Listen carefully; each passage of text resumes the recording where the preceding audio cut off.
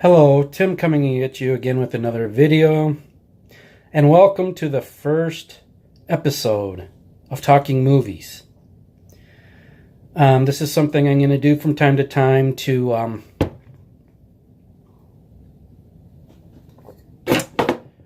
kind of have a nice change of pace on my channel. The bulk of my channel will still be for the vinyl and music lovers community. But when, variety is the spice of life, right? Need something to change the pace a little bit. And this is something I've hinted at doing. I thought about making another channel specifically for these videos, but it's hard enough keeping track of one channel. But I am hoping to expand my subs to people that upload videos about movies on YouTube and get some kind of interaction with them the same way I have with people in the music community. But anyway, without further ado, this episode of Talking Movies is all about a movie that when it was released 43 years ago today to theaters, really changed the face of cinema, especially back at that time. It was the first summer blockbuster. It was the first movie to gross over $100 million at the box office, on down the line. Of course, I'm talking about Jaws, based on the Peter Benchley novel that was published a year or so before the movie.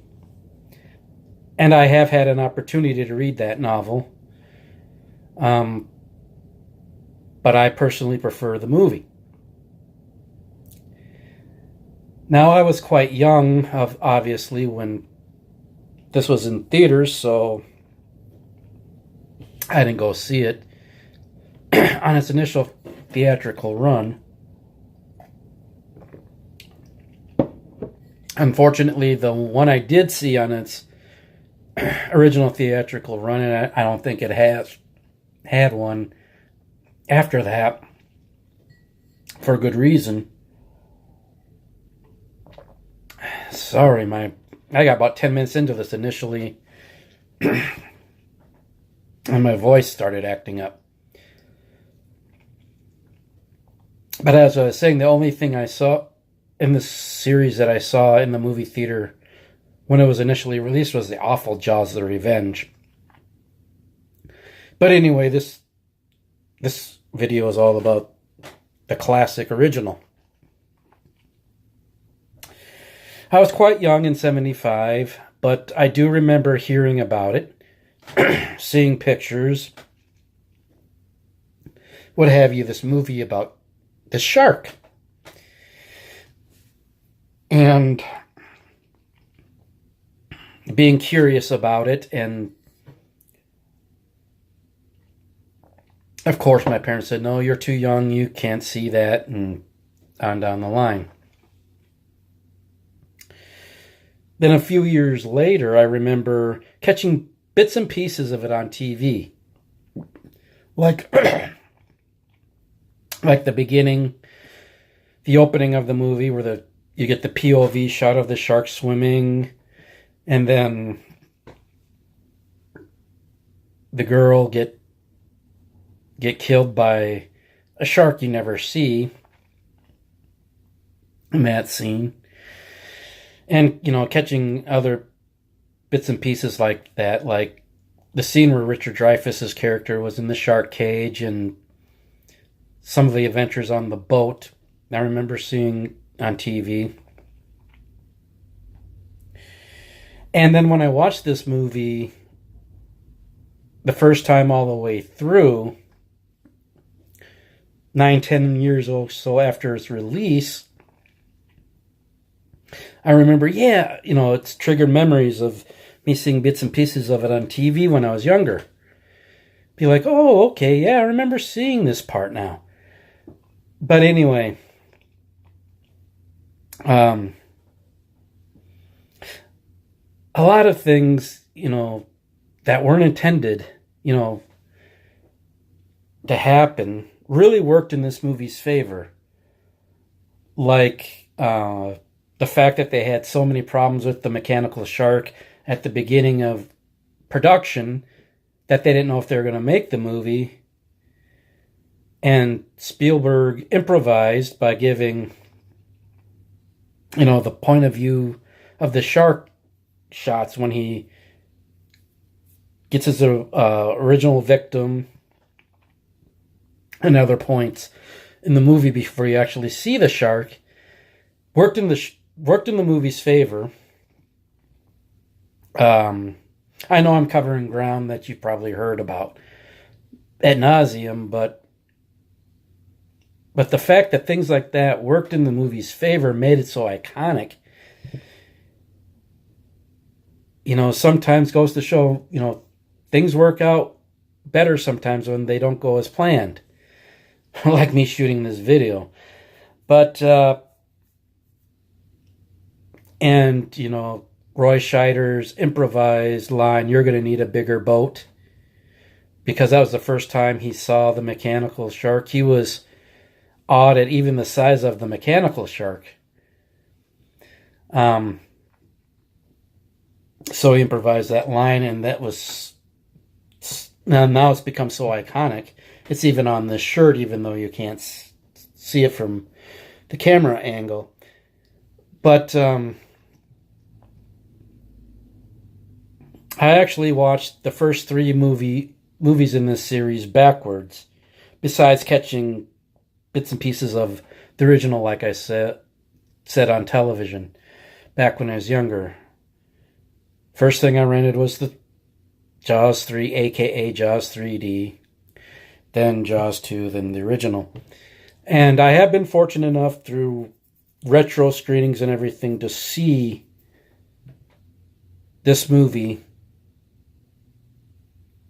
on the big screen in a theater setting a couple of times, and it added to the enjoyment of the movie. Kind of put me in the shoes of somebody seeing it for the first time in 1975. You actually email. You actually got the scare. You actually found yourself jumping back from the screen at the scares like people did back then. It was just a great experience seeing this on the big screen. And ever since seeing this movie, a thing on my bucket list, and people say I am crazy to do this, but one of the things on my bucket list is to see a great white shark in person, up close and in person, whether it be from the boat or actually getting in one of those cages and going underwater. That's something that's on my bucket list for sure. And one negative effect that this movie had is it still has to this day, I think. Gives a huge misconception about real sharks. Yes, there have been real life instances where people have been attacked and killed by sharks, yes. And this book and movie was kind of inspired by a real life event from the 1800s sometime, I think.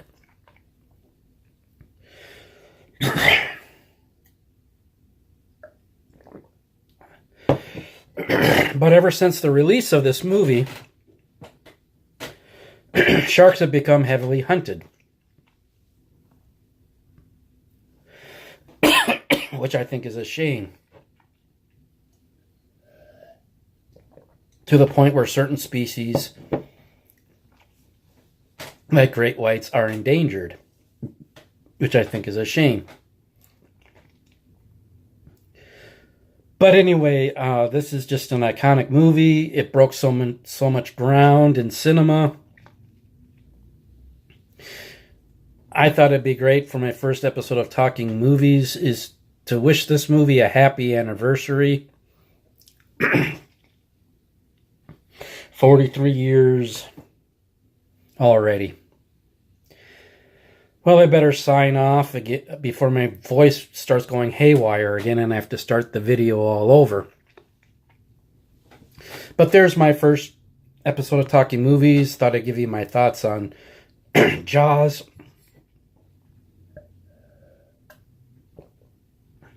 Comment below and give me your thoughts on this video, this movie, and whether you think this is a good idea for me to explore in the future. Till the next Talking Movies, the concession stand is now closed. Take care.